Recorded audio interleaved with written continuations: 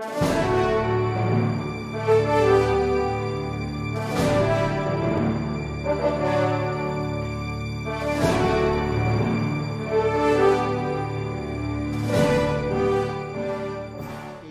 Honor. Please allow this representation, Go ahead. Your Honor. The Chief Justice, Renato Corona. Just a minute. A member of this court. Senator Santiago, Mr. President, wishes to be recognized. Thank you very much. Nagkasundo na pala tayo eh. Ang pagtatanong lang ay, saan ang income tax return ng Chief Justice? Dahil dyan tayo mag-uumpisa at pakita natin sa kinabukasan na hindi tama yung mga pinagsasabi niya doon. Eh nagkasundo na tayo. Itong ni-file sa BIR, tapos na. Wala na. Ngayon, marking na lang of the documents, it can be done with the clerk of court outside with two parties represented there. Wala na tayong pinagtatanong pa dito. Next witness na dapat.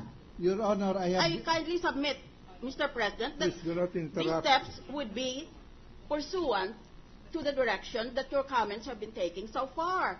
Tapos na itong babaeng ito. May trabaho pa ito. Pauwiin mo na yan. Markahan mo ng papel. Your Honor. Ayun lang ang pwede niyang sabihin eh. Bakit may first-hand knowledge ba siya? Pag sinulat mo dyan, pag-ari ko ito, sa itong kalye na ito, pag-ari ito ng asawa ko, bakit inimbestiga ba yan? Wala siyang first-hand knowledge. She's testifying on hearsay, except that the rules provide that these documents, being official documents, shall have prima facie evidentiary weight. So, at first glance, yun na nga ang katotohanan hanggang sa meron palang ibang ebidensya na hindi totoo yung mga pinagsasabi. Ano naman masasabi ni Commissioner of Internal Revenue tungkol dyan? Dahil hindi naman siya nagde-decide yan eh. Ang korte, an ordinary court of justice.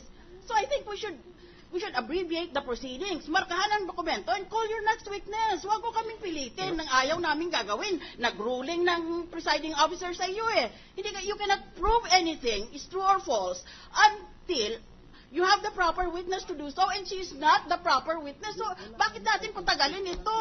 Eh, sinabi na ng presiding officer, tama na eh, sige ka ng sige. You're already in danger of contempt. May I explain? Your Honor, please. Just a minute. May I explain the position of the chair? No? The situation is this. You said that you want to present these income tax returns. The counsel for the defense, yung abogado ng respondent, hindi tinatanggihan na yung mga income tax return na yan ay income tax ng nakasakdal na Chief Justice. Ngayon, kung ano man linalaman yung income tax na yan, ay walang ibang prueba kung hindi yung income tax return. Ngayon, kung meron kang ebidensya na ang Chief Justice ay nagkaroon ng ari-arian na hindi naisama dyan at hindi naisama sa SAL, ay ipresenta mo yung ebidensya na yun. Because kung itong Commissioner ng Rentas Internas ang magsasabi sa akin, ay tatanungin ko sa kanya, bakit hindi mo inassess ang income tax na dapat mong kolektahin dyan bago ka pumunta rito? Ayun. Your Honor, please. Can you kindly allow one brief manifestation? Go ahead. There are no income tax returns filed, Your Honor. There are no income tax returns filed. This is the problem. There are no income tax returns for what years? Filed by Chief Justice Renato Corona from 2002 to 2010. This is what I have been itching, pardon the use of that word, to manifest before this honorable body, because Chief Justice Corona is what is termed in the BIR a local employee. He does not earn income from business. Therefore, the income of the Chief Justice from 2002 up to 2010. Well, you're now precisely. Well, I will tell you that I will disallow that kind of an evidence, because you are proving paragraph 224 through the introduction of the income tax return of somebody And then you will conclude that the money came from the Chief Justice. Please allow me to complete, Your Honor. I beg the Chair. Chief Justice Corona, being what is termed a local employee, not engaged in business, does not file income tax returns. He is what is called listed in the alpha list of the Supreme Court. His taxes are withheld on a monthly basis, quarterly reporting, and yearly the Supreme Court submits to the BIR an alpha list containing all the names of the justices and the employees of the High Court to the BIR. So it is really necessary to conduct some direct examination to the witness so that the income will be authenticated. But there's Not a- explained, but authenticated. You do not authenticate the income. I No, thought the I thought- alpha list, Your Your Honor, Honor. please. I thought it was The being... counsel, please, for the defense. Go ahead. If that is directed to the defense lawyer, Your Honor, may I make this manifestation? I thought we were agreed on the proposition that the purpose of introducing the Honorable Commissioner of Internal Revenue is merely to authenticate and nothing more.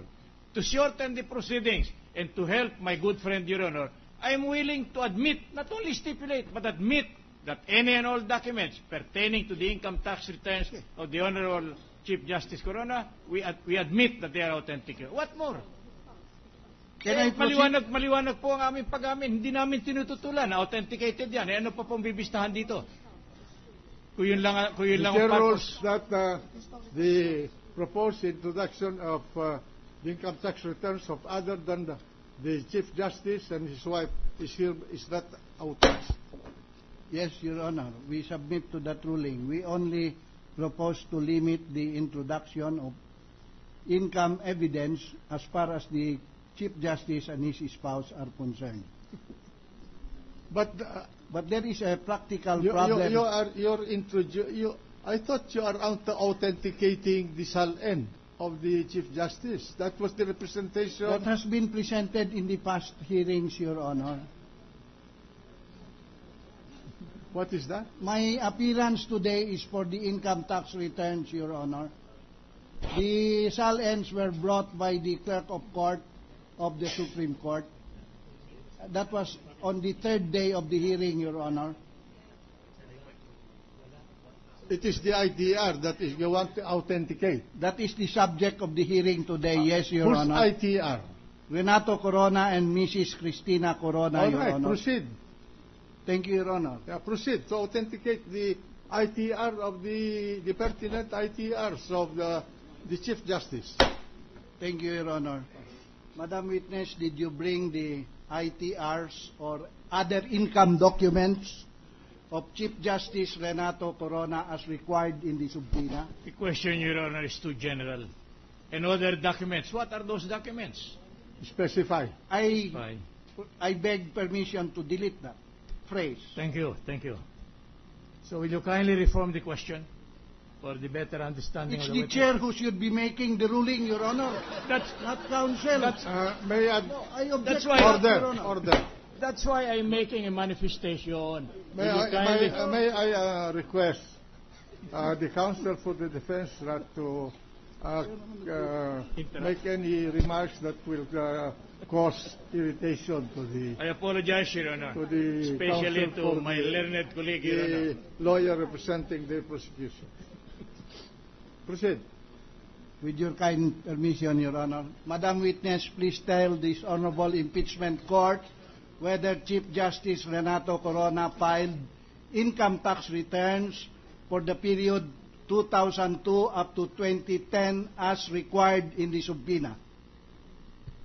He did not file any income tax return for tax year 2002 up to 2010. Do you, however, have a record of his income considering the Well- function of the BIR?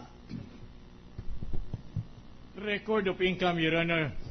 May we be permitted to place on record our objection. Again, this tends to prove that which is prohibited by the order of this honorable court, Your Honor. No, Your Honor. Counsel We are for very clear on that. No, Your Honor. order. Mr. Counsel for the prosecution. You are asking if the Chief Justice filed any income tax return for the years involved, and the answer is no. That's the end of the matter. If